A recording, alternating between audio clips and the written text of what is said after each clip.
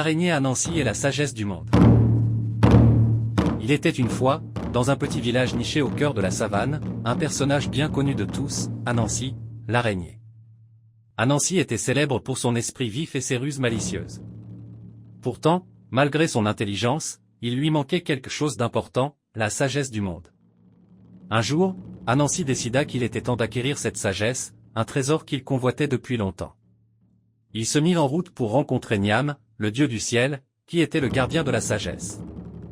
Niam, sur son trône doré, observait le monde d'un œil bienveillant. Anansi, tremblant d'excitation et un peu d'appréhension, s'approcha. Au grand Niam, commença Anansi avec un ton respectueux, « Je viens te demander la sagesse du monde. Je désire la posséder afin de pouvoir la partager avec tous. » Niam, amusé par la demande d'Anansi, lui répondit, « La sagesse est un trésor précieux, Anansi.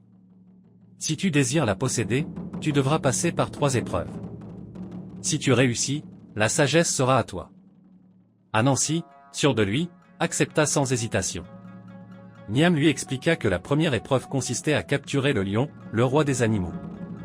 Anansi savait que cela ne serait pas facile, mais il avait un plan. Il se rendit dans la forêt où vivait le lion et commença à tisser une toile brillante. Au roi lion, appela Anansi avec une voix douce, « Je suis venu pour te proposer un défi. Celui qui pourra déchirer cette toile sera reconnu comme le plus fort. » Intrigué, le lion accepta le défi. Il s'élança vers la toile, mais Anansi avait tissé la toile si solidement qu'elle ne céda pas. Après plusieurs tentatives infructueuses, le lion, frustré, finit par abandonner.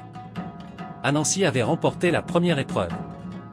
Niam, satisfait de sa ruse, lui révéla la deuxième épreuve, Anansi devait capturer la tortue, connue pour sa sagesse et sa ruse. Anansi se dirigea vers l'étang où vivait la tortue. Une fois arrivé, il cria, « Ô tortue, j'ai un défi pour toi. Celui qui pourra nager le plus vite sera le plus sage. » La tortue, amusée, accepta le défi, mais Anansi savait qu'il ne pouvait pas rivaliser avec sa vitesse. Il eut alors une idée. Pour rendre la course plus équitable, proposons de nager avec un poids. Je vais porter des pierres tandis que tu porteras rien. La tortue acquiesça.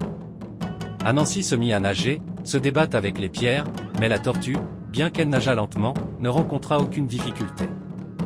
Anansi se retrouva vite épuisé et abandonna. La tortue avait gagné, mais Anansi se rendit compte qu'il avait appris quelque chose, parfois, la sagesse ne vient pas de la vitesse, mais de la patience et de la persévérance.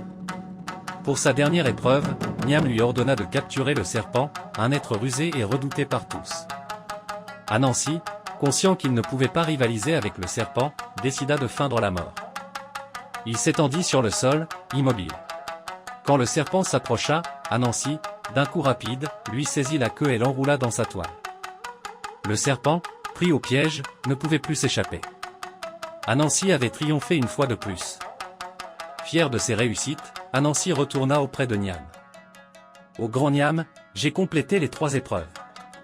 Je demande maintenant la sagesse du monde. » Niam, amusé, lui dit, « Tu as prouvé ta ruse et ta détermination, mais la sagesse ne se trouve pas seulement dans la victoire.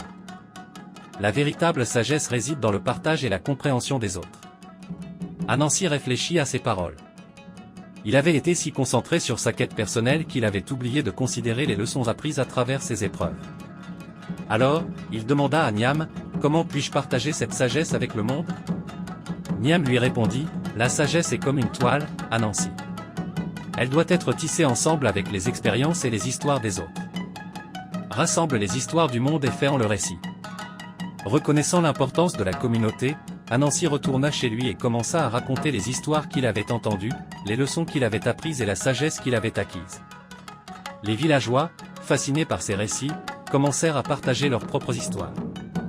Ainsi, Anansi tissa une grande toile de sagesse, et avec le temps, le village devint un lieu d'apprentissage et de compréhension. Anansi avait découvert que la sagesse n'était pas simplement une possession, mais un cadeau à partager. À partir de ce jour, il devint non seulement l'araignée rusée, mais aussi un sage, connu pour ses histoires et ses enseignements.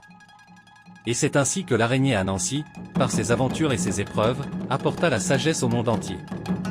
Et les gens continuent de raconter ces histoires, perpétuant ainsi son héritage et célébrant la sagesse qui se trouve dans le partage et la communauté. S'abonner, Partager et commenter nos vidéos donnera plus de visibilité à notre chaîne Sweet Bénin. Mais aussi nous permettra d'améliorer la qualité de nos contenus.